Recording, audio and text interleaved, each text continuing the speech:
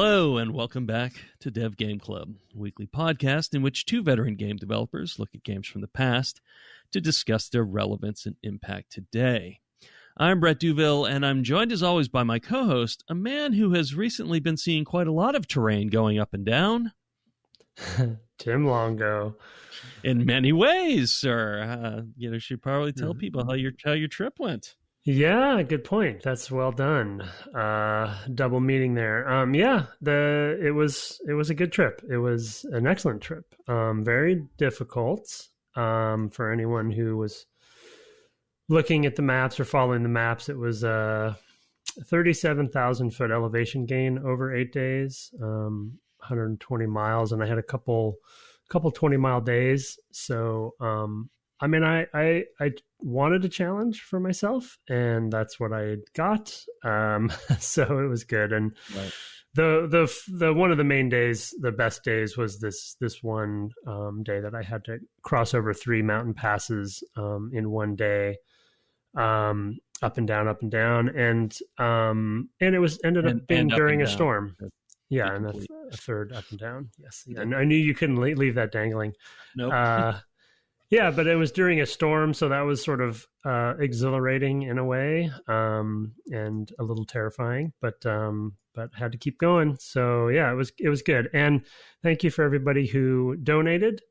We blew by the original goal of $10 per mile. So thank you for that. And I did up the goal just to see how high we could go, and I don't know if we'll reach the $20 per mile. So, but it does. The donations do go for a month after the completion. So we have a few more weeks left for anyone who might be thinking of still donating, even though obviously I'm finished. So you know how much how many miles I went. Yep. You know that I made it. But even if it's just a one-time donation, so feel free for the next couple weeks to add in. But thank you. I think at this point, we made around $1,700. So nice. Thank you for those who donated, and especially the generous donors. And yeah, that'll go to Big City Mountaineers for post-COVID help of getting kids out into the wilderness to create more stewards. So thanks. Yeah, it was fun, and thanks for allowing me to pause on the podcast for a week. Oh yeah, it's our pleasure, and I'm glad you had a good trip. So, and I am also glad you're back safe, and I hope your foot is feeling better. Yes, yeah, definitely. You did look also thinner, I will say. I noticed, not so much last week. I didn't notice as much, but we also played D&D, and last night we played, and I was like, oh my god, yeah, I can actually see it in your face, because we play a little earlier, I guess, is the thing. Yeah, right. So there's more light in the room, and we could more easily see you. Right. Not just with the CRT glow. Anyway. Yeah. Yep. Definitely pushed myself. So yeah, and it was and it was actually for comparison. When I go on a bike ride, I go for 25 miles, and I do it in a couple of hours, and I have like 300 feet of elevation gain. So because I'm in Maryland, and it's effectively flat here around DC. But yeah. Yeah, it was about 5,000 or so, a day or spread out. So yes, it's good. It was good. And that the national park is, it's my local park. So I tried to make it a COVID friendly trip, and didn't see very many people, but it was, that park is beautiful. So definitely recommend Olympic. Awesome. Well, now let's turn then to raising some terrain virtually up and down with our new series on Populous, which is sort of the beginning of the God game genre from 1989. We'll kind of get into that a little bit further in. I want to set the stage first with 1989. I actually did not see any of the games here. As ones we've played, this may be a new year for us. I don't think there's anything here that we've played. Yeah, I didn't really see anything either. I didn't go compare against our actual list, so who knows? Maybe I missed something. But a lot of the critically acclaimed games this year were on the Genesis, which folks outside of North America would know as the Mega Drive, the Sega console, 16-bit console of the era, such as Ghouls and Ghosts, Revenge of Shinobi, Phantasy Star 2, Golden Axe, and Herzog Zwei, a bunch of games that I dug around and found. I have played very few of those games, to be honest. I did not have Genesis, although I did have access to one in college, and I think we played a little bit of Ghouls and Ghosts on that. Though that I remember that game is kind of difficult. Very. Yeah, that's a tough one. On the NES, it's River City Ransom, Castlevania 3, so one in a series. I think that's Dracula's Curse of Dracula, something like that. And Mother, which was known on the, in English as Earthbound Beginnings. It's the predecessor to Earthbound. On PCs and Amigas, maybe I should do arcade and Game Boy first. Arcades, you had Final Fight and Strider. Strider's a still somewhat active IP, believe it or not. There was a Strider game that came out for Xbox Live Arcade at the beginning of the Xbox One cycle, and I played a bit of it because I had a game come out around that time, and I need to see what the various things, how things had to work as far as TRCs. And then Game Boy, I had Super Mario Land. But on PCs and Amigas, you had SimCity, which is one we'll talk about in comparison. Midwinter, first-person action role-playing game. Yeah. In post-apocalypse. I have not played that, and when I saw it, I was like, wow, this is one we might want to also consider, because it is kind of out there. It is very out there. Yeah. And it's we shouldn't go too deep down it, but it's a weird game. And I don't know, it'd be interesting to talk about it as far as its influences. Cause it's a very, I haven't done. Yeah. It's a climate crisis game, right? Cause it's set in a snowy post-apocalypse, and wow, I was reading, and it's open world essentially. And there's all these, it's an open world game. Yeah. Weird, kind of like, and there's 32 different characters. Yep. You find these different characters. It's a very weird game. I should do some research to see what kind of, who worked on it and what its whole genesis was. But anyway, yeah. I also read that Minesweeper came out this year, but also read conflicting reports that it was 1990. So I'm not entirely certain about Minesweeper. But that was in the Microsoft Entertainment Pack, the very first one. Oh yeah, right. And it may have been available like on a disc. Prior to that, I just couldn't find anything about that. But the book reference I used actually had it as 89. Prince of Persia, which is a game I did play at the time, one of the few. Stunt Car Racer on the Commodore 64, very much towards the end of that PC's life. Indiana Jones and the Last Crusade, from our friends at Lucasfilm Games. I think they still were at the time. Mm-hmm. And The Colonel's Bequest, which is a Roberta Williams game, the first in the Laura Bow adventure series. So I thought that was kind of interesting. So those are the ones I noted down. I don't know if you had any others. No, you were pretty thorough. Did my best. Yeah, I did have a Genesis. I switched over actually when the. Oh, interesting. Yes. So I actually did not. Sega does what Nintendo don't, is what I hear from the era. Yeah, exactly. But yeah, I mean, I remember Batman. It was based on the movie, sort of. That was one that was that year, and then the you already mentioned it, but the big one for me was the Game Boy itself and everything that came along with it. I was definitely super jazzed about that, as everybody knows. So yeah, but you covered it all. Excellent. So Populous was the second original game from Bullfrog Productions, founded by Peter Molyneux. They had a title the year before, a shoot 'em up called Fusion, and I believe they had done at least one and possibly two ports to the Amiga before that as well. They started as an Amiga developer primarily. The story I've heard, hearing Peter Molyneux talk about the early history of the studio, was that some Amigas were delivered accidentally to them, they were supposed to be delivered to a company next door or something like that. Come on. Yes, this is the story he tells. I don't have all the details because it's been some years since I saw that talk. But anyway, and so they managed to turn that into a studio. Anyway, whether or not that is apocryphal, we shall see. I'll do some more research on that. I didn't spend a lot of time on Bullfrog itself. If this game effectively created the God game genre. Put the player in this position where, as a god, his power comes from his followers and his influence is not direct, but effectively created that genre, which I think you could argue reached to some degree its height with Black and White from Lionhead years later, also from Peter Molyneux. So that was probably one of the higher profile kind of big releases, which is such a funny thing to say because it's such a niche kind of game, but it was a pretty big deal. I mean, that definitely was.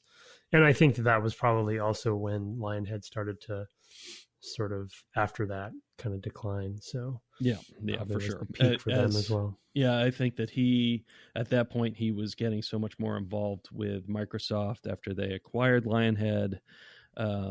And he became like their, cross, maybe European, he was, or whatever. Yeah. He became basically their chief creative officer or something like that for Xbox games, and maybe in Europe. Like I don't remember the details. Anyway, this is more about Bullfrog and his early career. Populous sold 1 million copies in its first year. Whoa, seriously? In 1989 is extraordinary. Now I understand why EA was buying them 6 years later. It would go on to sell 4 million copies. That's insane. And it was ported to consoles, which was rare for the time. So this is these are insane numbers. Like, by comparison, I want to say Dark Forces didn't quite hit 1 million. Like, it was in that neighborhood, but not quite 1 million, more in like the 800 kind of area. And that was a huge hit. And that was 4 years later or something like that. Or 5 years later. This is off the charts. And the company itself was hugely influential beyond this game. And of course, as was Peter Molyneux. But from this studio, it had a slew of great games, including Populous, but also Dungeon Keeper, Powermonger, Syndicate, and later Syndicate Wars, Magic Carpet, Theme Park, and Theme Hospital. There's some other themed games, but you could probably do a long series of podcasts on games just by this studio.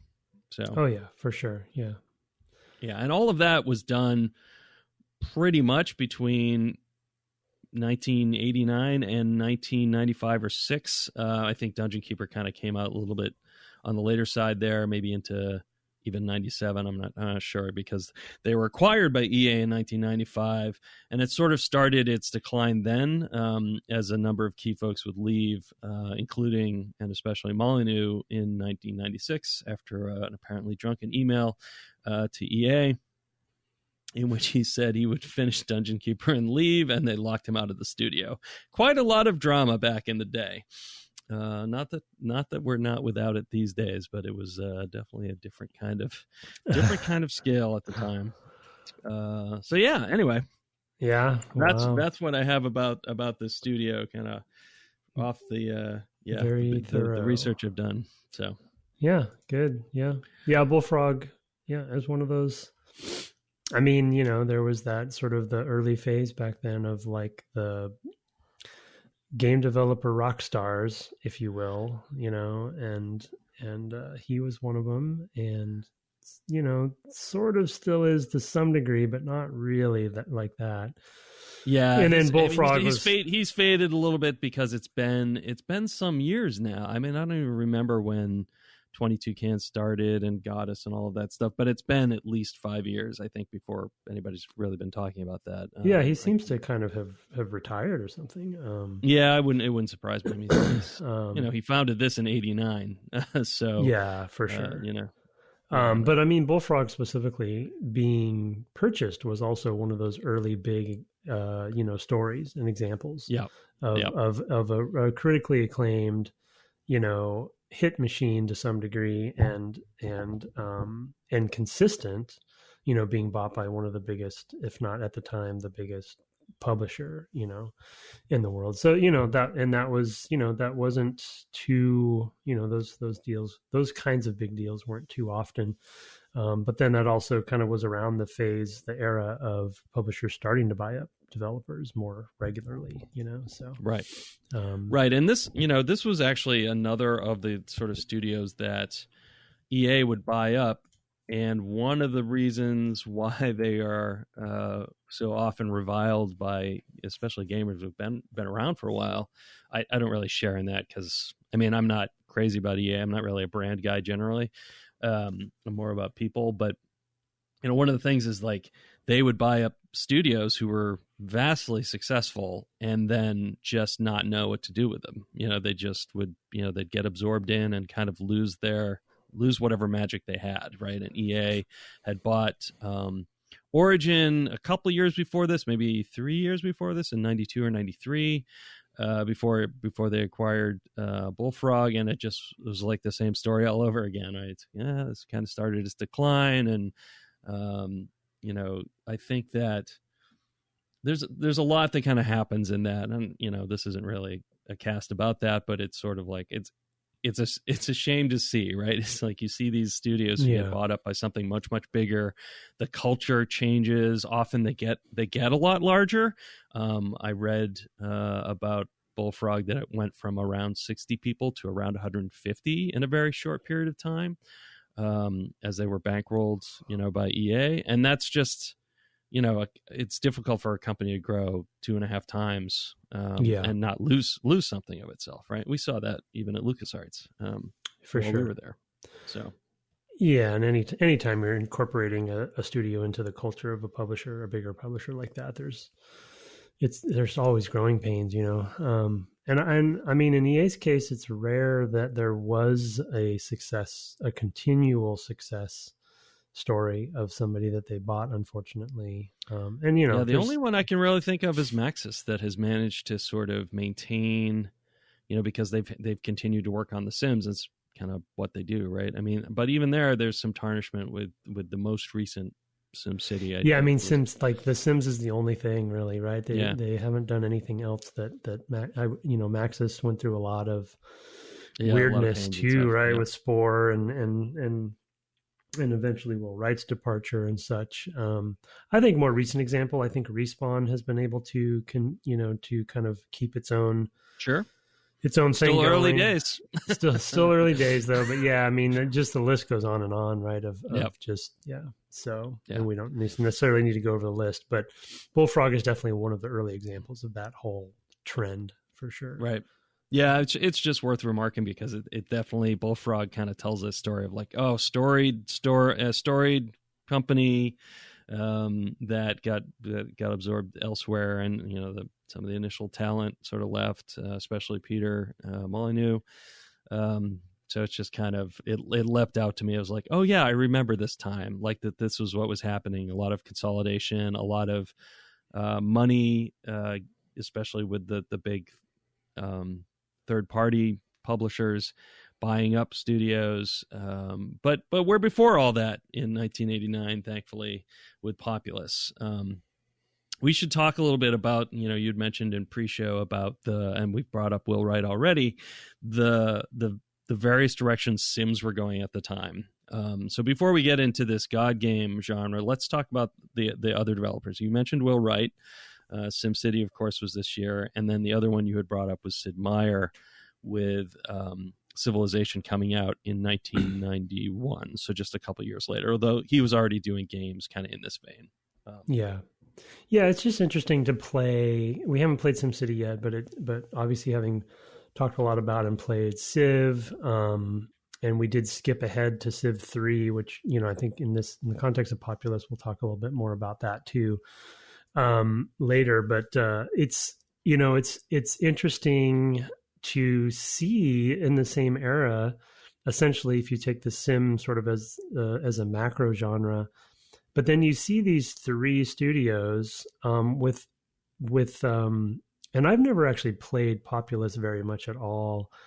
dabbled with it. So it's all, I will basically call it a pretty fresh perspective on this version of a simulation kind of game, even though it is considered to be a God game as a subgenre of that or whatever. But it's just so interesting to see such a difference between the three approaches to the concept of simulating something, I'll broadly use the term, a civilization. I don't mean that by the name of the game, but, in SimCity's case, it's obviously city, and all of the Will Wright sim spinoffs, Populous and Civilization, are both sort of, simulating that kind of concept of a civilization, but their takes on it are so different, know, but all kind of, if you were to sort of, almost like read the one sentence description of these games, they wouldn't probably be that far off. Not that we have those or that we know what they would have said, but if you were to kind of reverse engineer them, but then the implementation and the execution of it is just so different, and I just think that's so fascinating because each of those three games and franchises were also popular in and of themselves as anything, and is kind of the point of the podcast to some degree, they would spawn legacies of their own. But it's like, they might have all had a similar genesis point, but then all of them literally go off in different directions, and then spawn clones and then sequels that they do themselves, and, and subgenres. And it's just so funny to kind of go all the way back to where the early ones started, to see like where the split off, where the forks in the road were, of like, yeah, this is how Peter saw it, and this is how Will saw it, and this is how Sid saw it.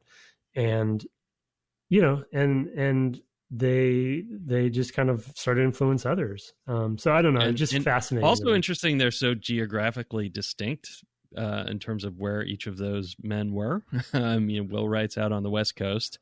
Sid Meier's here on the East Coast, an hour from where I'm sitting.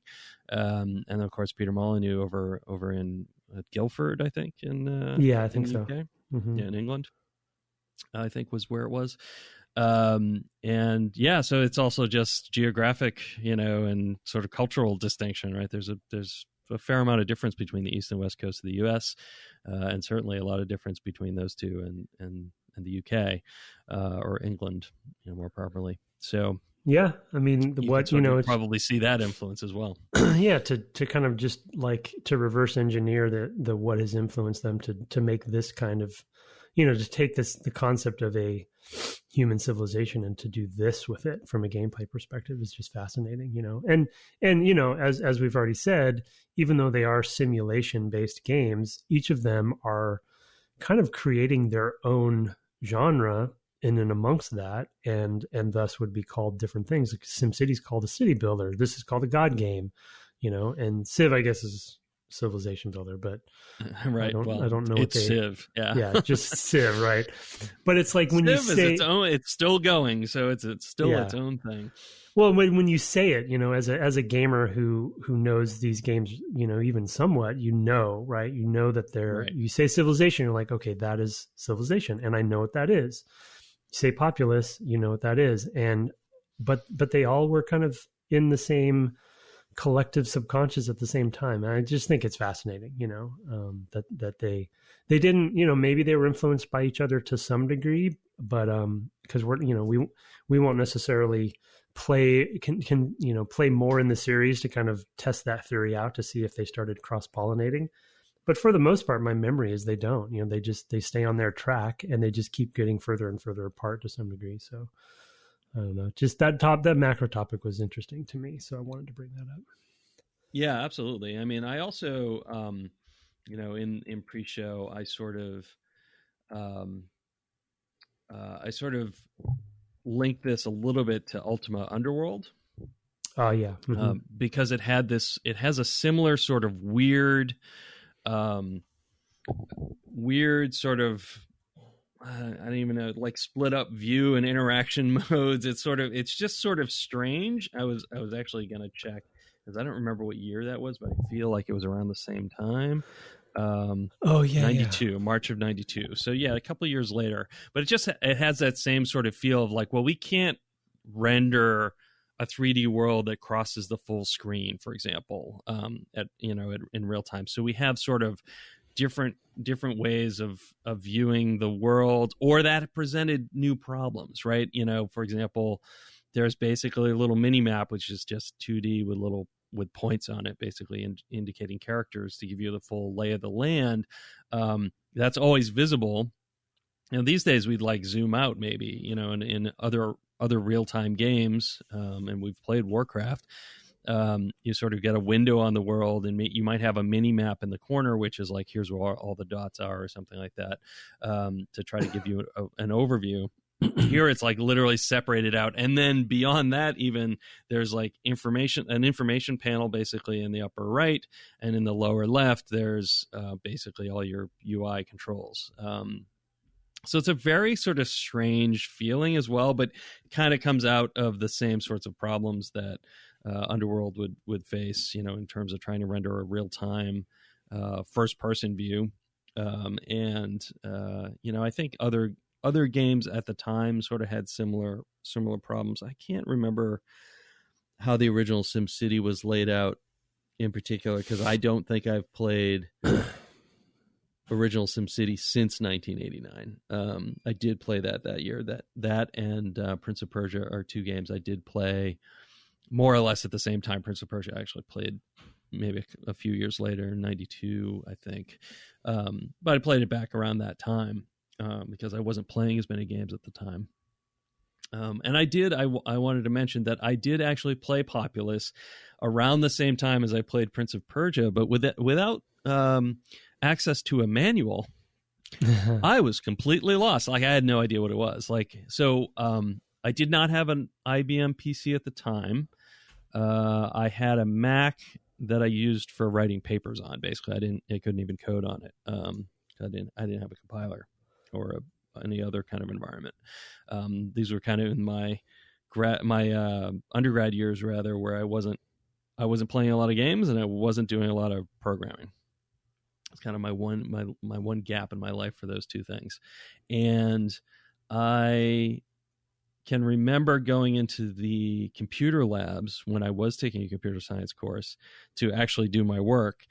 People would have installed games either on the network or on the individual machines in the lab, and you'd show up and be like, what's in the temp space on this machine? And I found Civilization, which was brand new at the time, as I just kind of indicated, more or less, 1991, I guess, so a year old. I played some of that. I definitely had the one more term problem. Prince of Persia, I played a ton of. That was often installed. Rogue was installed often. Wow. I saw that a lot, and I saw Populous just once. I tried it, and I was like, I don't know what to do with this game. Like I said, I had no manual, so I just looked at it and I was like, I don't understand this game. Like I just didn't. I had no idea what was going on. Started a new game. There's no way you can play this game without. Yeah, it'd be crazy without a manual. Yeah, in fact, even looking at the manual, the tutorial. So I feel like we've played another game, and I'll have to think about this, but we've played another game where the manual is not in the game. I mean, the tutorial is not in the game. There's a tutorial that's in the manual that you have to follow steps through. Wasn't it Civ? Wasn't it Civ? It was Civ. I think it was Civ. Yes, yeah. But yeah. I mean, there could have been a couple even. Yeah, but yeah. So I actually tried to play this on one of my machines that had two screens, but I couldn't change the pages just because of the way DOSBox works. You had to Alt Tab, it would minimize and all this stuff. So I ended up taking it and playing on one laptop and having a second laptop next to me with the PDF open so I could make my way through the tutorial, trying to get started on this game. And the icons aren't even on the same page. So it's like, oh, hit the pause button. I'm like, what's the pause button? Yeah, it just says the pause button. So the game doesn't have anything like a tooltip or anything like that, and the manual doesn't really help. So it was getting started on this game was a bit rough, I will say. 31 years on. So I was failed. that I failed the tutorial. yeah, yeah. I was gonna say I could believe that this could be tough. Yeah, because well, I mean, we don't have to get into it now, but yeah, I mean, once you unpause it, right? It's like if you don't completely grok what's happening, things are just going to go, So I, once I had unpaused it, it was like, yeah, I just wasn't paying attention enough to what I was supposed to. So, but yeah, I mean, it's a very like the interface is it's a very dense and kind of opaque representation of things. And I think we talked about this as a pre-show topic too, of just like he had an aesthetic of always like most of the games that he and the team worked on, oftentimes the representation of the user interface was fairly literal. Right. And so you're looking at this screen, which maybe we can describe a little bit to folks. It's, as Brett said, there is a mini map, but it's represented literally in a book that is open on this abstract. Right, which is like, I guess, supposed to be your, like, basically your Bible, maybe, or something like that. Like, it feels like this is literally the holy book telling the story, Yeah, maybe so, yeah. But the orientation is weird. It's got the isometric weird. Oh, one thing I wanted to mention that as far as Fork in the Road goes, as we'll talk about this game, to contrast to Civilization, which is a turn-based game, this is not a turn-based game. Right, this is real time. This is real time, plate spinning simulation but you have no direct control for the most part. So that's part of the big forks in the road. But yeah, so you have the book with the mini map, which the book is taking up. I'm looking at the screen now. The book is taking up like, it's like a third of the screen or something. It's ridiculous more than it needs to.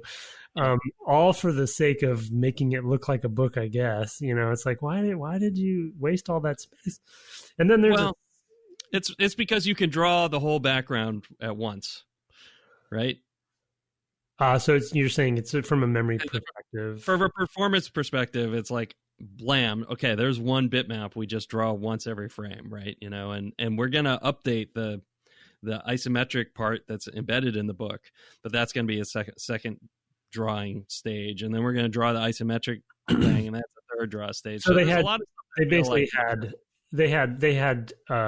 they had empty space essentially that they would need to fill anyway, because they couldn't. Yeah, that's my thinking. Yeah, is like that they couldn't do it, in full real time. It's several years before you've got World of Warcraft. I mean, the original Warcraft is what I'm trying to say. It's several years before you've got that where you can basically draw the whole screen, and then of course it's fully 2D, and this is like part sort of 3D. I mean, it's rasterized 3D. It's not by any means accelerated or anything like that, but it's neat. It's cleverly presented, yeah. And I think when you mentioned the copies that it sold, when I think about it now at the time, so before I get to the terrain deformation, the other part of the screen, main part of the screen is the 3D representation, sort of like the zoomed in of the world. And so you see sort of I don't know how many tiles that is, 10 tiles or something, or 8 tiles.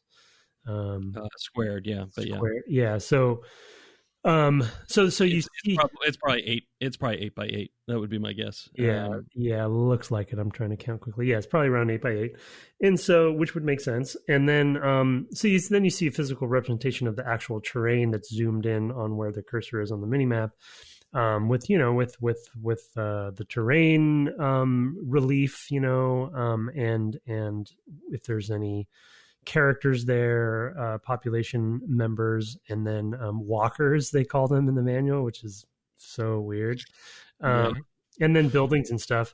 And then of course you can scroll around on that, which is then, obviously moves around where you are on the mini map too. But the reason I brought the copies again is like in that mini, or in the zoomed in mode, you actually can, there's a terrain raising and lowering mode that you go into that actually can raise and lower the terrain that is physically there. Probably, I don't know, maybe it's also 8 different levels, so you can kind of go up and down. Yeah, probably. And then, but to see that happen in real time at this year on the PC, I think would probably be pretty mind blowing. You know what I mean? Oh Because yeah. you Oh, didn't really. absolutely. It not only was Civ turn based, and you had some manipulation of the environment, but it wasn't like this. It wasn't just like. I mean, you can make mountains and make rivers, and and it's the reason you're doing it is weird, which we'll get into. But but just the general kind of tech or concept of it, I can totally see being a dazzling. It's like we talked about with Myst, right? It's like this dazzling thing to see what computers can do, kind of thing. You got to see this. Look at this thing. It's I'm changing these mountains. I'm on the fly. So that's pretty cool. And then you can do that basically on all of it. But then surrounded by that, there's a bunch of icons. Who knows what they mean? Yep. And then there's a shield sort of. Yeah, and I mean, and the weird thing about it is that some of them are like have the same icon. Yeah. As the sort of focal point of the image, and then like the Ankh. So you're a god, and you have this, to get into a bit. You're a god. You have a leader of your people, the chosen people who worship you. 'Cause that's why they're chosen, right? Because they've chosen to worship you. And their worship gives you power in the form of mana. So this is the key resource is that you can lower and raise land because you have mana, because you have worshipers who, by their worship, will give you these powers. As more and more people worship you and you build up mana over time, you can do more things with that. But that's and your representation is the Ankh, or the skull if you're playing the so-called evil character, which is primarily for multiplayer or I guess custom games. In any case, there are icons there in that lower left, I guess you'd say the southwest quadrant of the screen, which will have the Ankh alone. The Ankh with a couple of tick marks next to it, and then there's an Ankh, and then in another corner of it, there's like an Ankh. Can't remember what's next arrow. to it. But yeah, an arrow. Okay, and then so it's just you're looking at it, you're like, and so there's basically like, and then over in the upper right, there's this basically like a ticker that you would have in a board game. Which I think is something I referenced already in pre-show, was like there's basically a thing that ticks up over time as you gain more mana to indicate which powers you have, which is really weird. It's sort of like counting pool points or like an abacus or something like that, except that the ticker moves instead of like sliding the things back and forth. You sort of have a dividing line, which is like, okay, things to the left on the screen of this, which is sort of, left and up because everything is skewed, in this isometric view. Things to the left and up of the ticker are things that you can do. And, things to the right and down are things that you will be able to do if you continue to build up mana and followers. And so like, there's this weird interaction of like, and then above that there's even a individual walker status area, which is another book, I think. Oh, no, it's a shield. It's a shield, shield with some bars, and so you can drive around the map and put the query. There's a question mark, and you can query the state of anybody, and it will make that shield. As we describe this game, it just sounds so ridiculous. It really is. Like it took me a long. I mean, you can see why I'd find this impossible to play without the manual. I had a hard time with the manual, and I had it open on a second machine. I can scroll back and forth at the different pages. I was pausing. I'm like, it says at a certain point, okay, unpause the game. I'm like, wait a minute. When did I pause the game? And B, what button is that? There's literally, I don't think it's even in the manual. What button is that? So that was fun. I don't remember where. Yeah, I just saw this. It's Z's, right? Like it's 3 Z's, right? Yeah, you've put the game. That's gotta be it. There's even an icon for customer support. There's a little telephone. Yes. No, that's for multiplayer. Oh, that's for multiplayer. Then the little planet is. There's one of the. I don't have the manual. The planet controls the world. So I think but the manual just really doesn't explain a lot of this stuff. Like no, I literally have it open while we're talking, and I'm flipping back and forth. I'm like, it's not laid out. Oh no, the phone is message in a 2-player game. Oh, okay. And then there's the world, which is like controlling save and load and basically options. And then and then there's a game balance, the balance, which is literally a balance, which is what your powers are. So whether or not you can trigger Armageddon and different things that it is one wild interface. And some of the buttons are literally never described in the manual at all. I've just paged through the whole thing, and that ZZZ is literally never described. So even with the manual, there's a certain amount of difficulty in understanding what this game is. Well, in the tutorial, they actually say, unpause the game, right, and to progress forward. And they're like, okay. Yeah, it's even just the flow and the layout of the manual is kind of ridiculous because it's not even logically, there it is. I did find it. It is in here. I missed it. There's a command icon section, which is several pages removed from the point at which it's told you to do this. So this is just one of the guys wrote this thing kind of thing. It's like, this is not a. We all know how to play it. It's this happened at the very last minute. We should write a manual to put in the box type situation. So I totally this did not get the attention that probably deserved. Did he? So you mentioned some talks that you saw him do. Did he do one of the GDC classic postmortems for Populous? I feel like one of the things that they did for a number of years was they would have a game god up there in an interview format or just giving a talk generally. I know Garriott did one. He might have also done a postmortem at one point. Sid Meier did one year. So these were a while ago. And I do remember Peter Molyneux doing one as well.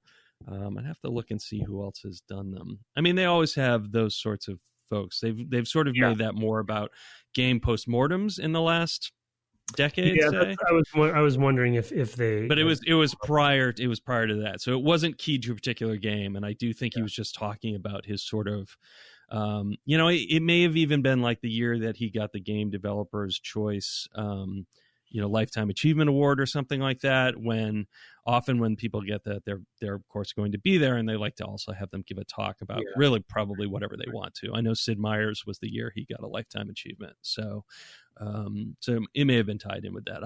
I'll try to go and look and see if I can. Yeah, no, just curious. Yeah, it's no biggie. I mean, anyone can search for any GDC talks that are available for him.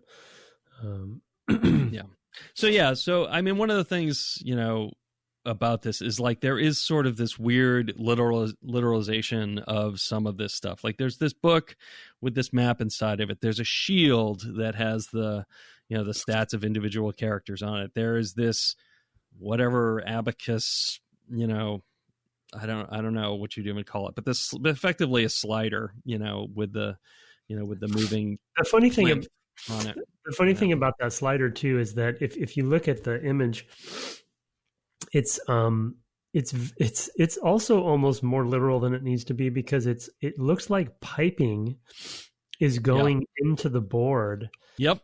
And providing the mana to raise the little arrow notch thing. Right. Which is the equivalent to, and like it's made out of brass, like it's steampunk or something. Like it's a different color than the icons are that are all kind of light gray in the lower left. This is just wild. It was the Wild West video game interface design at the time. Yeah. Well, and I mean, I think that your comparison to Ultima is a good example, because when we did that game for the series, we talked a lot about how the concept of first person interfaces and the usability of that was there were no standards, there was no norm, right? Everyone was trying to figure out the best way to do it. And the Looking Glass legacy folks, Origin at the time, had their version, right, with System Shock and with Ultima Underworld and things. And so they thought, that the best thing was going to be the way that they did things. And obviously, as we know, it turned out that id ultimately kind of crack that nut for the most part of interface for first person games. But this was the same for this, right? It's like nobody has made these. So it's like, do we need a series of icons to click? Do we need this slider bar? Like, how do you know how much mana you have? How should it be represented? And then you kind of go to contrasting to Civ, which is, also kind of information overload to some degree. But Civ is like very menu driven, right? It's like you're going to a different menu to see that certain information that you want to kind of like manipulate. And this is trying to kind of get it all on the same screen, if you will. And also it's not turn-based. It's more of, I think in the manual, they reference influence quite a bit, right? Where you're influencing the game. You're not actually directly controlling the game, which is another sort of complete, different direction. It's like you're, and of course, I don't know, the Tropicos of the world or whatever, like this spawned a whole, subgenre where you don't control anything. You're just influencing these. You are just another influence acting on the world. Yours is very powerful in that, you can literally destroy buildings out from under, by lowering the land.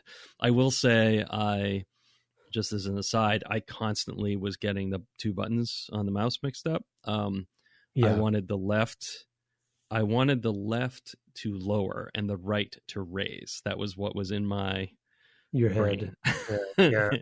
And it's left lifts and right removes is the paradigm I should have been trying to put in my brain. But I constantly kept doing it the wrong way and seeing a building disappear and going, oh man, I just did the wrong thing. Yeah. The map's also a little hard to read. It's hard. I was going to say for me, it was a visual language problem. It's not perfect. Yeah. It's not, it doesn't have a ton of fidelity. I almost think having it blown up to the screen size, monitors are mostly larger too than they were in 1989. Makes it a little harder, harder to read. Because it's not very high res, so you don't have lots and lots of detail to work with even in that area. So it's trying to use really kind of cartographic, mapping information, like using little contour lines to indicate like, oh, it's lifting here, right? It's easier to see if you've dug all the way down to water. It's clear, well, there's water, and then there's some like a sandy layer, and then another layer. But if you're climbing up higher before you've actually gotten to mountains, you've basically got these sort of black lines that indicate like, oh, this is higher, and the shading can be just a little bit strange. It's not really lit. It's flat lit, so it's very difficult to kind of tell sometimes. And they didn't have a lot of colors to work with, so. That's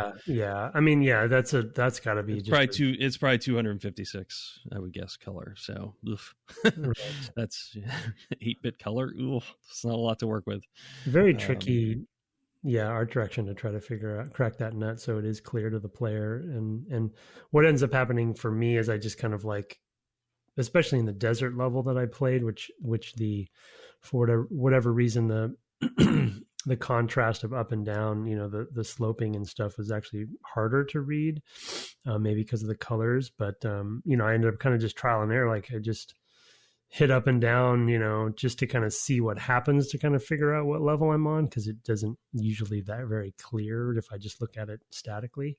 So I kind of have to see the difference happen, which then of course destroys buildings. And then, luckily once you do destroy a building, if you flatten out again, they rebuild them fairly quickly in this sort of automated way. So it's not the end of the world, but it is very plate spinny. It is very like, you just kind of got to keep in the little shield in the upper right corner. You see the enemy civilization and your civilization kind of represented in bars. And so you can you're kind of just trying to stay ahead of the game, right? For the most part, knowing that if you have a bigger group, then you will eventually. Oh, and we probably just didn't ever note the goal of the game is to wipe out obviously the other group entirely, which of course you can't directly. You can tell everyone to go into combat mode, but you're not directly controlling them like a Civ even, right? Where you can directly control in Civ if you want to, and so it's very like numbers based almost, right? Like you go into combat when you think you have the numbers, I guess, and then you can as a god, if you have enough of that mana, you can create certain natural disasters for the enemy, like earthquakes and things, which is kind of cool.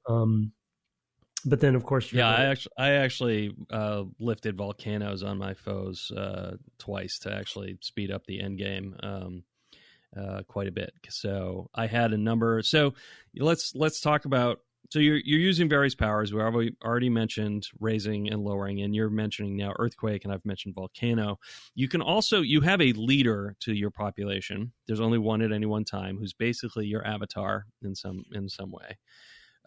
You can promote him to a knight, and at that point he gets armor and is more able to attack your foes. And in fact, if you put I think they just start going after them at that point when they become knights. Yeah, they do. Yeah, I think they're only. They seem to just path their way to whatever's near and just start, laying waste to whatever they can reach. And then at that point, there's an Ankh dropped on the map, and some other the new leader will be whatever walker, whatever follower touches it first, and you can put them into a mode where they're like going to that point. It's called the papal magnet, which this thing's all over the place with its terminology, because you've got mana, which I think originally is Polynesian. You've got papal mentioned, and you've got an Ankh. So they're kind of all over the place where they're stealing religious iconography and terminology, and a knight, right? Yeah. So you've got quite a mix, as well as having sort of these sort of historic forces, of natural disasters, right, as another sort of pagan thing. So it's just all over the place as far as all that goes. And I had actually also forgotten that there was even a concept of sort of like good and evil, or blue and red, that he actually utilizes for most of his games in some way, down the road. That's black and white. Black and white, yeah. And so, unfortunately, I mean, we clearly are good. They clearly are evil, right? And they're also, a representation of them. There's some issues there as well. Not great. Yeah. Let alone that all the pronouns are he, him in the whole thing. So but anyway, yes. It was a very, very different time in terms of those things, for sure. Yeah, we can't, obviously from our lens today, a lot of these choices would be made differently.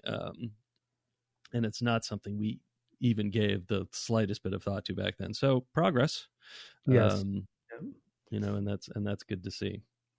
So even to your point about like how the mana is used, which is raised, I think, just based on the population, right, and how many people you have. I feel like each one generates some. Like I think when they go into the houses, maybe they're generating. Yeah, it's hard to grasp that because that thing is going up and down. But then even creating a knight costs you some of that mana. So and it's on the sort of power curve of what you can do with the mana.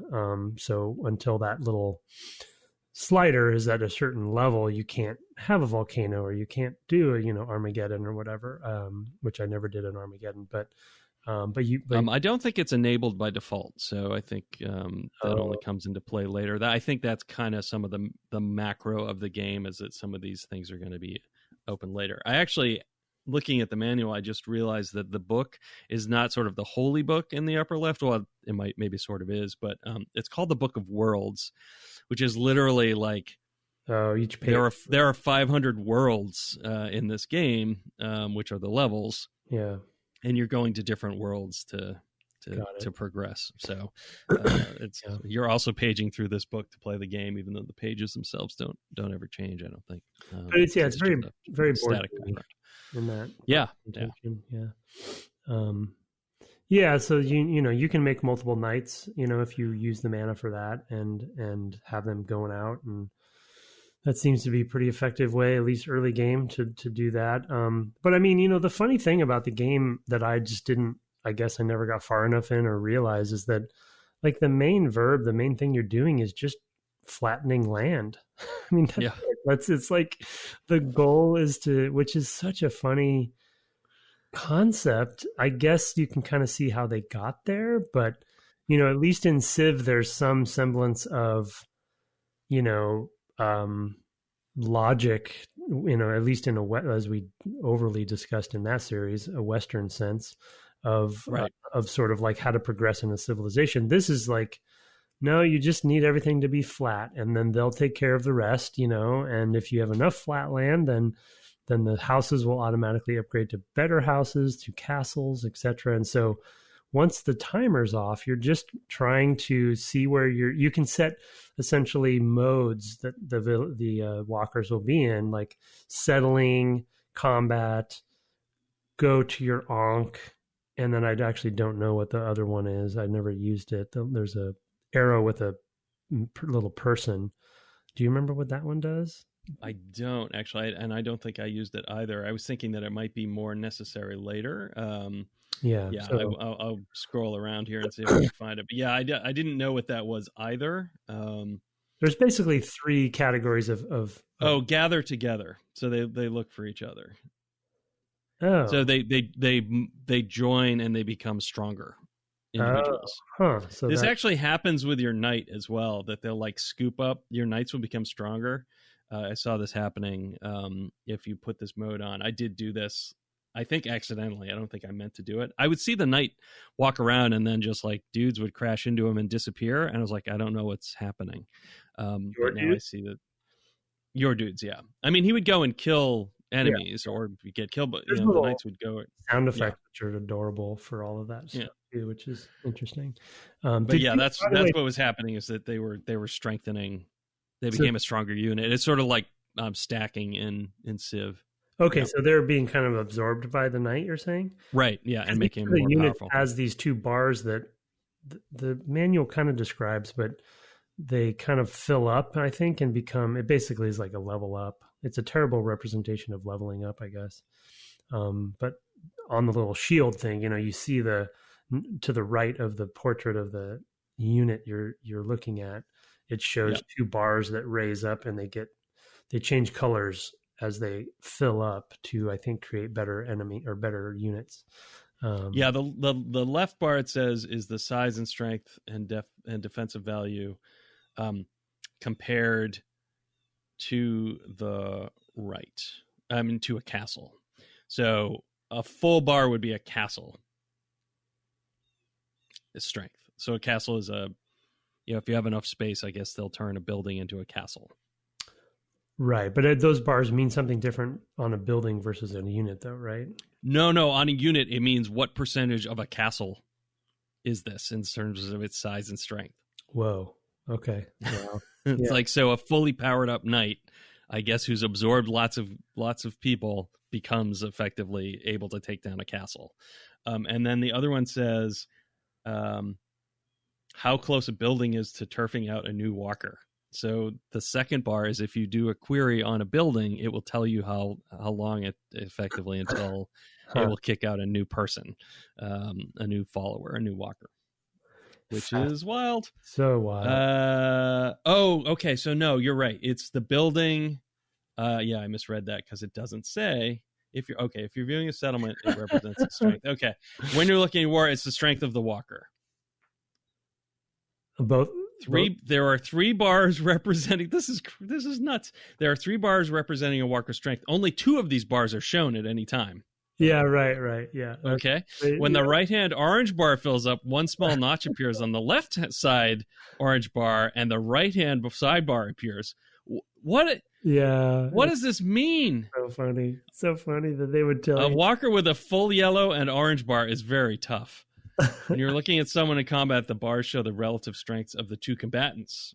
Yeah, that's right. That's what I was referring to. It's amazing. It's like they're multi-purpose, using for these wow purposes. Yeah, I clearly didn't read that clearly because at the time, because even just reading it here, I was like, I don't get this. I thought this was like how well they could take down buildings, and I'm like, oh no, it's got nothing to do. They're unrelated. They're just overloading it. Really information overload in there. Yeah, at a certain point I was reading them and I was like, I'm running out of time. I actually played just before we recorded today, as did you. Yeah. And I was just like, well, I got to just dive in and, get through the tutorial and see if I can play further. Yeah. I think those bars are kind of the last thing that I need to kind of, dissect and figure out. But I mean, it's just the sort of like moment to moment is just so odd with, flattening the land and other than that, it's automated, it's things are, the buildings are being built by themselves. The little guys are moving around by themselves. Right. You can I ended up using my ability to lower land a lot against the enemy. Because at a certain point, the leader of the opposite of the enemy died, and when they die, they drop their symbol, the skull. Yeah, and so basically, he can only create a new leader if he can get somebody there. You can't get somebody there if it's surrounded by water. So I just was constantly lowering, and basically slowed him down while I was building up. Yeah, nice. Yeah. So that was a strategy that worked very well for me. So. Yeah, it's fun. And there were actually a couple of times when I found one of my knights not able to get to essentially the battle. First, they were kind of landlocked for some reason. And yep, so I had that happen as well. Yeah, they want to go straight there and to the nearest thing. It turns out that's across a body of water. Yeah, so I ended up having to make a bridge. Yeah, same thing. Build it up. Yeah. Did you see? By the way, it's similar to probably like, I think, a trend in these games, not Civ, but in SimCity, they do this. Did you see an alien walking through your civilization? I did not. Yeah. Is this like the basketball players with the gorilla? I was too focused on my units that I didn't notice the enemy in my midst. It was very, very similar to that. Yeah. Cause I, obviously there was a flurry of activity and I was raising and lowering. And then this weird looking little alien, well, not little, it was actually bigger than any of my units, with like 3 tentacle stalks, eyes, and it kind of it walked down. And what is this game, Tim? What is this game? As it walked down, it changed the terrain. It like maybe it created swamps, or it infected the terrain somehow, which you can get rid of, but it was just like a randomizer, and in SimCity, you can have a UFO come and destroy your city. Right. Too. So I'm sure it's just like, one of those gimmicky things, but I was like, what is happening? So that's not in the manual, of course, but I was wanted to ask if you'd seen that. Anyway, so what a weird game. So we've only really scratched the surface of the strategy. I think we've talked a little bit about these, and I would say we're still so in our initial impressions to be able to grok it that I almost want to just table all of that stuff. Yeah, put it aside for next week. And get deeper. Take a break and maybe go to feedback. Sounds good.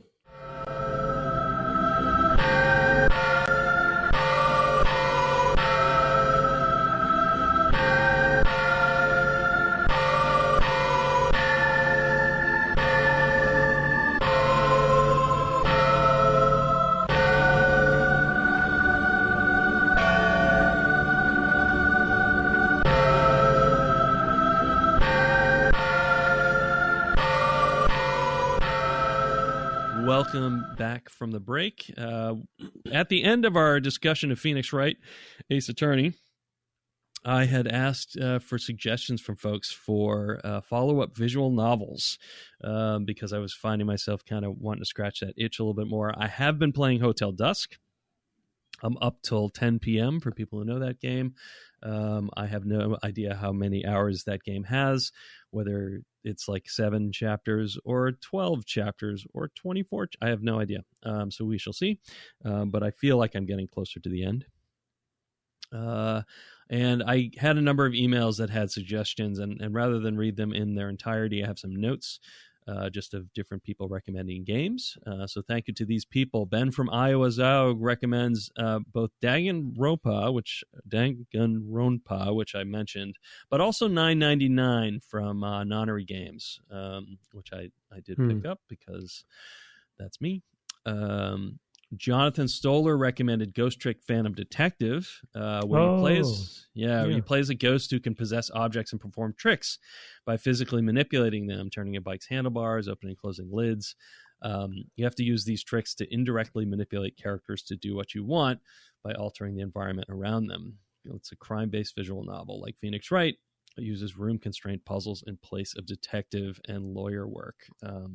He says it's got this sort of pulpy detective noir feel, so that one's super interesting to me as well. And then Nolan Filters / Reverend Q recommends Murder by Numbers, which is kind of Phoenix Wright mixed with Picross, as he describes it. So that's kind of up my alley. Oh, yeah, that sounds like perfect for you. Yeah, in the last 6 months, I've played 2 of the Picross S games on the Switch in their entirety. Did every puzzle, including the other modes. So there are 2 more Picross games on the Switch, and I have been eyeing them. But this might also be a nice thing for me, considering that. So I wanted to thank all those folks for sending those in. You can feel free to keep them coming. We probably won't read the mails in their entirety just because they're, they generally have a lot of detail about the games. It's super helpful for me, but we're probably not going to play or discuss them on the cast. So thank you for those. I do appreciate all of those recommendations. Let's now turn to email, which you can send to devgameclub@gmail.com. And you, sir, have the first one. This one's going back a little ways, but I think it's okay because it's about Civ, and therefore it sort of ties in with Populous, given how much we've discussed that. Yeah, it does tie in, and also it's in this unique case. It's one of those ongoing journeys that you kind of want to hear about. I know. So. Okay, so here we go. I was very up in the air. I was like, maybe I'll just send this to Tim and say thank you. But I was like, you know what? No. So many people have gone on this emotional journey with us and Johnny Gratin that we should hear how it ends. People want to know for sure. They demand. Even if they don't know they demand, I'm demanding they demand. Okay, here we go. Subject, help. I can't see the bottom. Third and final Civ 3 update from Johnny Gratin. Okay. Good day, gentlemen. Here's my third and final Civ 3 update divided into 2 sections. Section 1, organizing a naval invasion. I started a new game again. My quest has been total domination with the Japanese. Previously, I had come close, but never fully felt satisfied. Repeat frustrations included my named hero dying within a few turns of achieving the honor of a name, my last samurai dying, and then running out of turns and just winning on points. Okay, good. Yep, frustrating. For this new game, I ratcheted up the difficulty level to Monarch, 4th easiest. Oh boy. And noticed a difference immediately. I originally started the game with a large world size. All previous games were normal size. But I found I was already reverting to vegetables for my city names. Wait, what? You know how you can name your own cities instead of just taking the names it gives you. So you got to find some group large enough to contain enough things in it that you recognize. So he's when you're starting to get down to like rutabaga turnip, then you're like, oh man, I might have too many cities. Too many cities, right. I see names in the expansion phase, so I restarted and chose a small world size instead, and I found I liked it better than the normal size. Because of the extra difficulty, I was very conservative with my aggression. Poor China ended up closest to me again, like they always seem to be, and received my only unprovoked aggression of the game when I brutalized them with my early samurai. That's a sentence. All the other wars were just in self-defense. Okay, I will admit I may have had some plots and schemes to invade the Americans at a few times during the game, but in the middle of the amassing my troops, another Civ would inevitably invade me first. Looking at you, Mongolia. I took pains in this game to avoid my previous mistakes. I put Glenn, my named hero, perfect, into the first army I could find, so he would not die. He did not, and at peak samurai, I had 72 samurai to ensure I would. That's right, 72 to ensure I would have at least one last samurai. That's another good one. He capitalized last samurai, of course. Yep. Okay, at least one last samurai at the end. I had 21, including Glenn. Thank goodness. I achieved domination victory around 2031 and finally feel content. Felt good. Unfortunately, I could do nothing about the game crashing.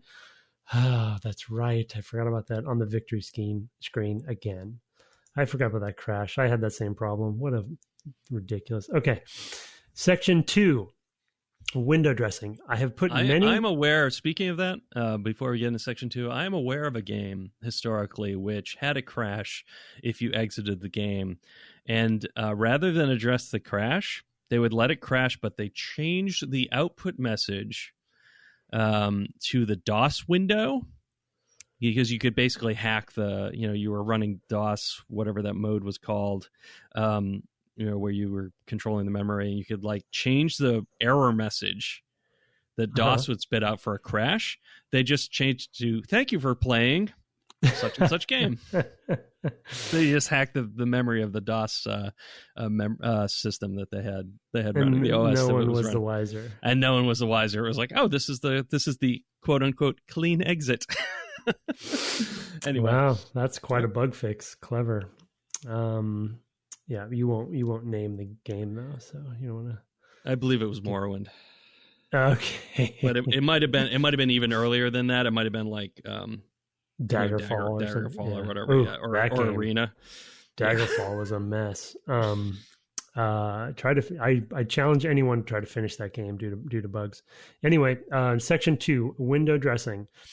I've put many very enjoyable hours into this game, but I still can't see the bottom, so to speak. In quotes. I still don't use the vast majority of the units and don't really understand when I should be building what buildings. The feedback loop of the game is just too long. Regardless, looking back, there are so many optimizations I have made to my gameplay, thanks mostly to tutorials on YouTube, that I am 10 times the player I was at the start. For example, I know the optimal time to build my first settler. I know about the despot penalty.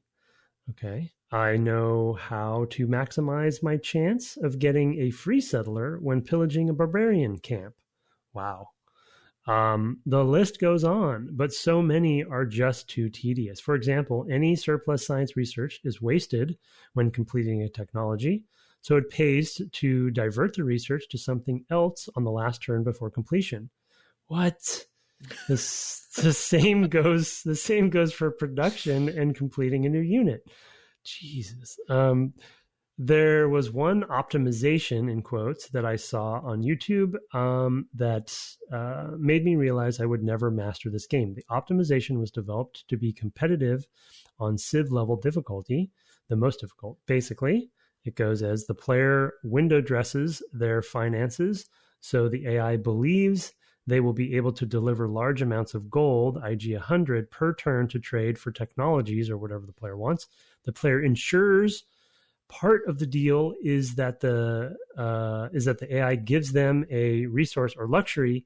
After the deal is done, the player sabotages the trade route.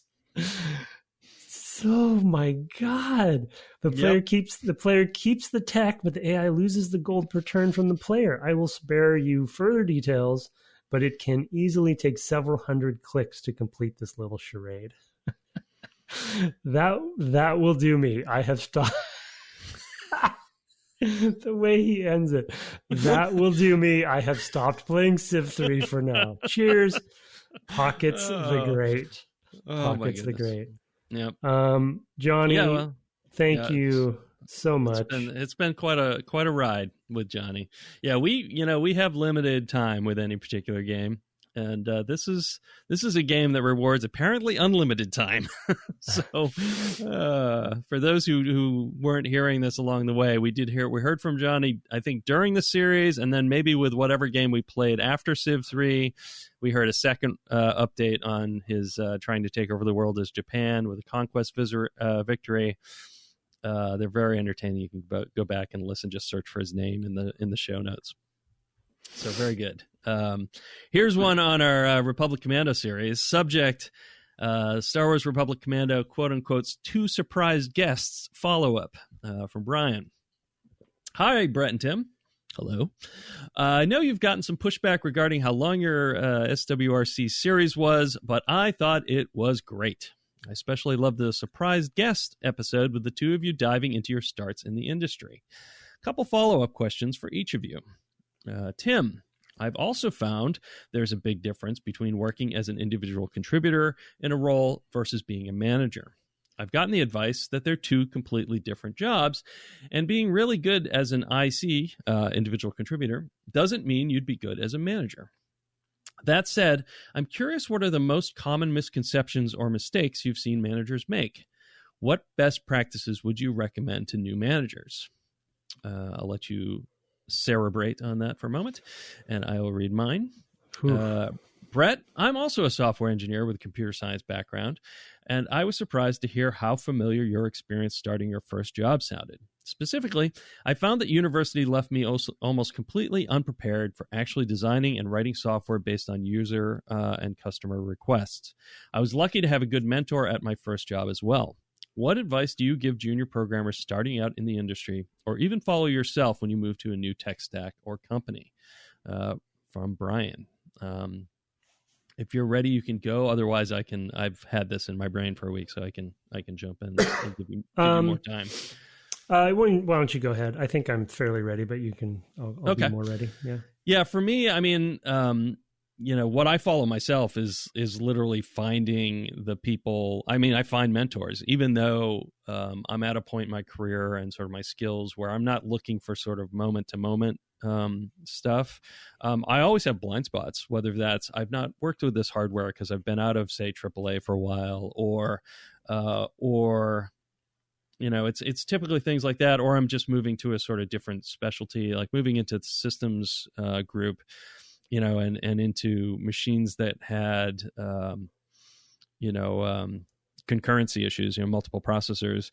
There's a lot about that I hadn't been exposed to in the past, and I really needed to understand. And I had a very senior engineer who I could just literally bounce that off. I'm somebody at kind of my level of experience, but who could mentor me through those issues. And so that's definitely a thing.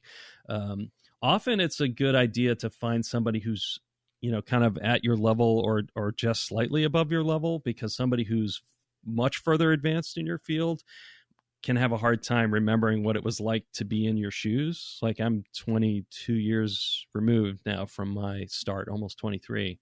So it's actually hard for me to give good advice to a very junior person, somebody just starting out, except in kind of broader strokes, because I can't remember what it was like, right? I've got 20 years since I was in their shoes, and it's hard for me to know what worked for me. I've heard this spoken about in sort of college settings as well, like that a professor doesn't know anymore how they learned whatever subject that they're teaching, and that it can be helpful for the students to reinforce one another. So yeah, so that I would look for mentors for different things. It might also be just like, if you're working in a big company, what are the politics here?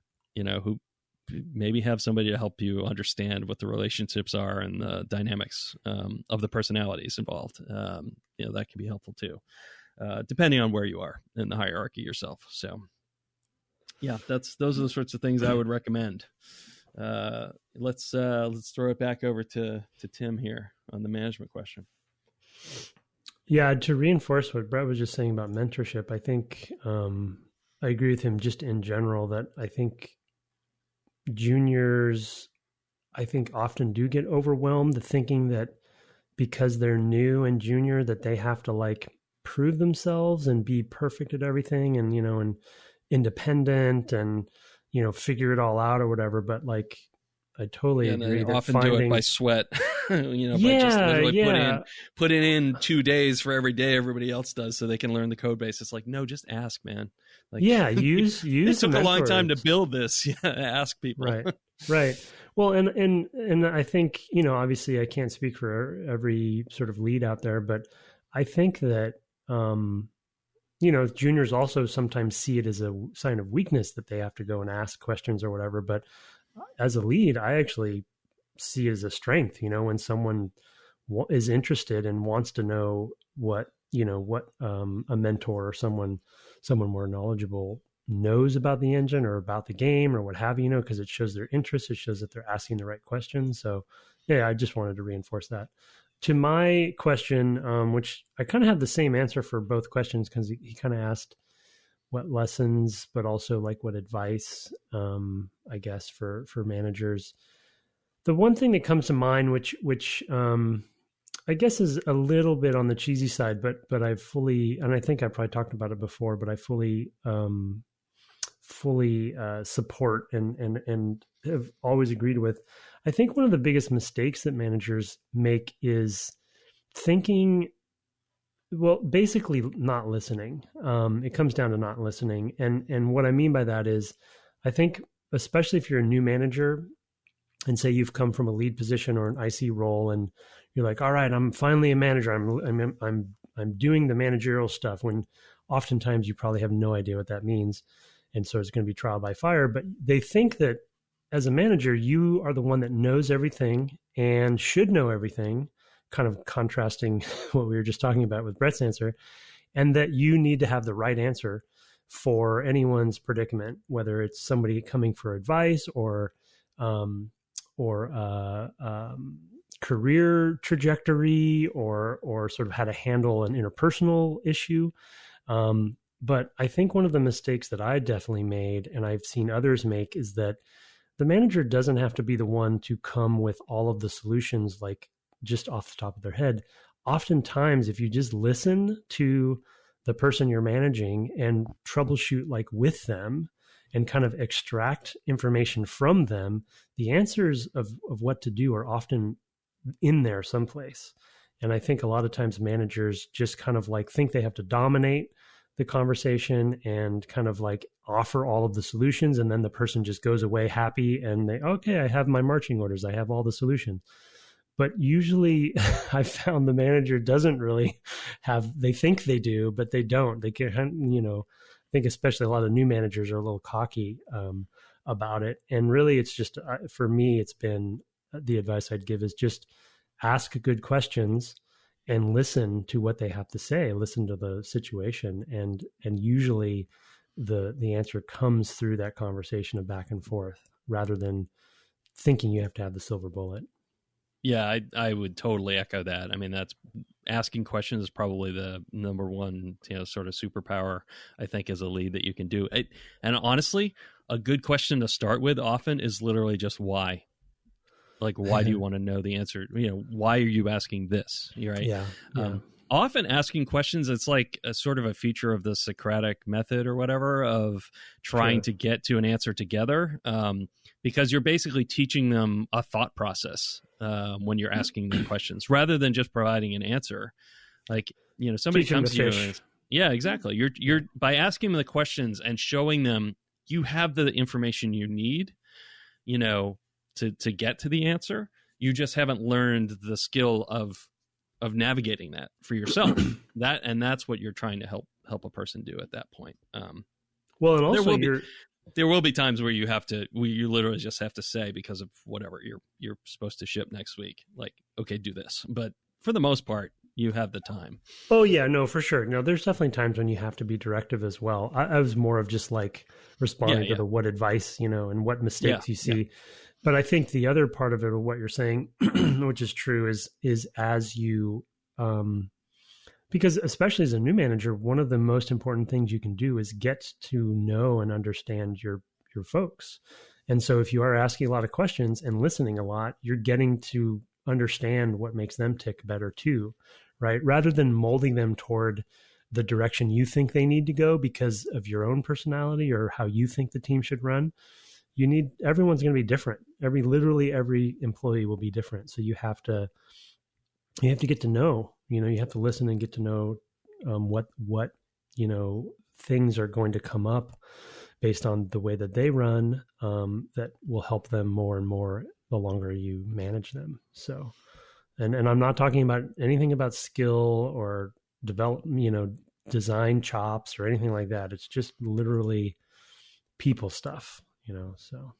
Yep. Absolutely true. All right. Looks like we have one more that I sent over to you. Yep. Okay. Here we go. Ace Attorney. Subject is Ace Attorney from Nick Faulhaber. Fallhaber? Has Nick? Yeah, guessing.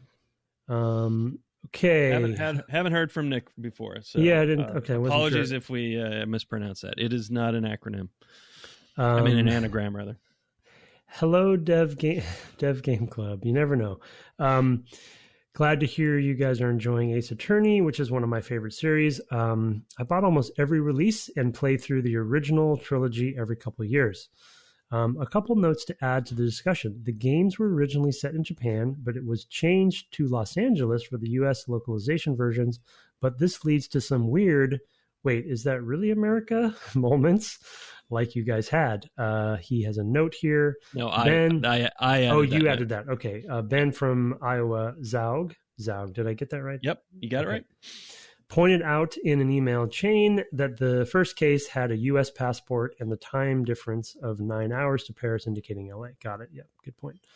I don't know for sure about a lot of hearts, but there are a lot of regional dialects in Japanese, and in the original text, she probably talked with the dialect, and giving her a southern accent was probably how they chose to localize that. Yeah, that makes sense. Lastly, Shu Takumi, the lead developer on Ace Attorney games, named his Pomeranian missile after the dog in this game, and a fictionalized version of him featured heavily in another game, Ghost Trick, Phantom Detective. Sadly, Missile passed away a few years ago, and there's a link to a Twitter post about it. Yep. Oh, poor Missile. Yeah. So anyway, funny Ghost Trick. So Ghost Trick. He worked on Ghost Trick as well. Then? Is that what they're implying? Yeah, I think so. Yeah. Maybe just the dog showed up. So love the podcast. Maybe it's just a reference to the dog. I mean, I was just looking to see if Shu Takumi had anything to do with Tokyo Jungle. Doesn't look like it though. So, do you know Tokyo Jungle? I know of it. Yeah, I just heard. Yeah, it starts with a. I think you have multiple choices for the first animal, but I think it starts with a Pomeranian. Got it. Yeah, it makes sense. I was thinking, it does. It starts with a Pomeranian, and they're key to the story. I didn't know it had a story, so now I'm like, ooh, maybe I should play Tokyo Jungle. You should definitely. I clicked on the tweet to see. Missile. Oh yes, I've seen it. Yeah. Oh my God, Missile's adorable, and it looks just like. Yeah. So. Yeah, I will put the tweet link in the show notes. It is a translation of I think what Shu Takumi had to say in that thread from that post. So because Takumi-san posted in Japanese, of course. So rest in peace, top Pomeranian. He says. Yep. Next time we're gonna aim to play. So this game has kind of a weird structure. In terms of how the levels progress. We'll talk about that next time, but basically there's a fixed level list in this game, apparently. And I gather that they all have names, although I can't prove that to you because I haven't played enough of this game, but I've read that. And after I finished my level today, it said that I'm going to this level now, and it told me what number level that was and what the name of it was. So maybe it's the case. We're going to aim, because of that, we can't say play until this point. We're going to play 5 more levels. That's our goal anyway. We'll see if it turns out that there's a huge difficulty spike and it's suddenly, levels take 3 hours, we will reevaluate as we go. But that's kind of our goal right now. I don't know if this is a game that we will necessarily finish. We didn't finish XCOM. So, sometimes the sim games are kind of tough that way. But we'll see. We'll see how it goes. Reviews can be sent to Apple Podcasts or whatever infrastructure you use. We'd love to have those. If you've already written a review or don't have time for it, tell a friend. And of course, you can send us email feedback to devgameclub@gmail.com, as Brian and Ben and Jonathan Stoller and so many others did. And Nick. Thank you for all and of course Johnny Pockets. Thank you for all of those. And that ongoing Pockets saga. the Great. Pockets the Great. The Emperor. 72 Samurai. 72 Samurai. I feel like that's the buried story in there. You can find us on the web at devgameclub.com, where we put all the show notes, and on Twitter at devgameclub, where you can also find my co-host at Tim Longo Jr. with a JR at the end. You can also find him at allthosewhowander.org. Is that, I got that right? Allthosewhowander.org. That is true, yes. Yep. Where he's got that thing still going on. I've been having carpal tunnel issues. At first it was my eyes, now it's my arms. So we will see if I ever get back to twitch.tv/Brett Duvel. I hope I will. Because of the screen issues, I've been a little loath to play even the games I'm playing for the cast on stream, just because I might have to stop at any time. Our intro and outro music was written and performed by Kirk Hamilton and commissioned by friend of the cast, Aaron Evers. Thanks so much for joining us, and have fun being a disembodied hand this week. Good night. Good night.